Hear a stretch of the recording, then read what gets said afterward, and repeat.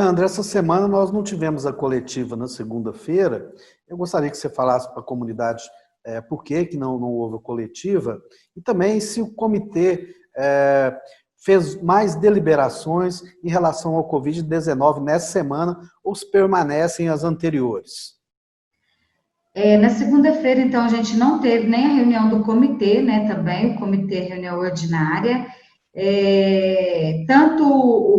nós todos, a população já sabe que o nosso prefeito, né, ele está afastado por esses dias, e eu também tinha compromissos já nesse mesmo momento, e que aí a gente dificultou, então, tanto ele como presidente e eu como vice do comitê, a realização, então, dessa reunião, né. Nós tivemos hoje pela manhã uma vídeo com todos os membros do comitê, alguns convidados, mas foi uma reunião apenas para apresentar alguns pontos que a gente precisa levar para a reunião na segunda-feira.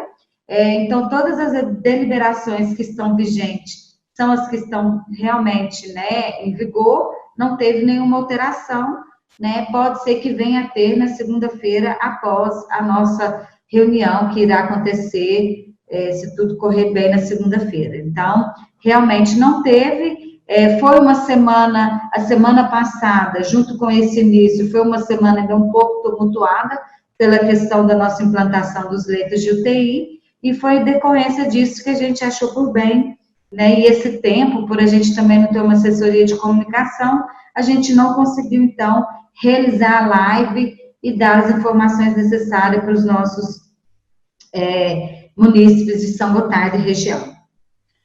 Leandra, continua sendo feito o boletim todos os dias, não é isso? Também, apesar de não ter acontecido a coletiva, o boletim está sendo atualizado, né, e mostra a situação no município.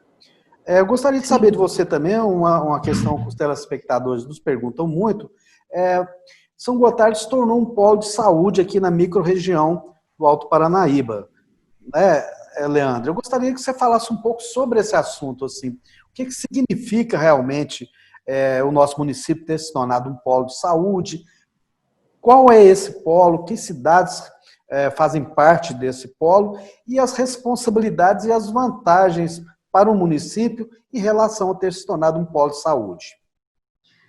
Olha, os polos de saúde, ele acontece em Minas Gerais por ser um estado muito grande, né? 853 municípios que pertencem a Minas Gerais. Então, para se desenhar as políticas de saúde dentro do estado de Minas, ele criou as regiões de saúde, ele criou as macro-regiões e as micros. Então, toda micro, ela está dentro de uma macro. O que significa isso? A micro, ela tem que fazer mais atendimentos na média complexidade e as macro-regiões a alta complexidade. Então, tem 2 anos que o Estado de Minas, ele vem discutindo o novo plano diretor de regionalização, que é onde se discute as regiões que poderão ser alteradas, aquelas que já foram criadas ser extintas, e aquelas que não existem passar a existir.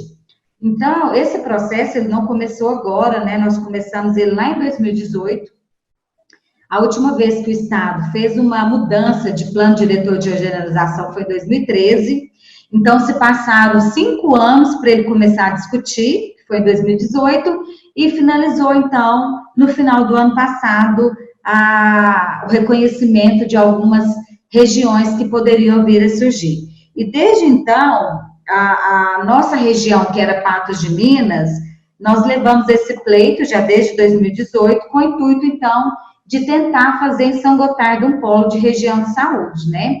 O Estado faz um estudo, esse estudo acontece em relação ao número de atendimentos, número de cirurgias, o número de partos que o município faz e o número de acessos que outros municípios têm a São Gotardo em relação à saúde, para que você se crie uma região de saúde.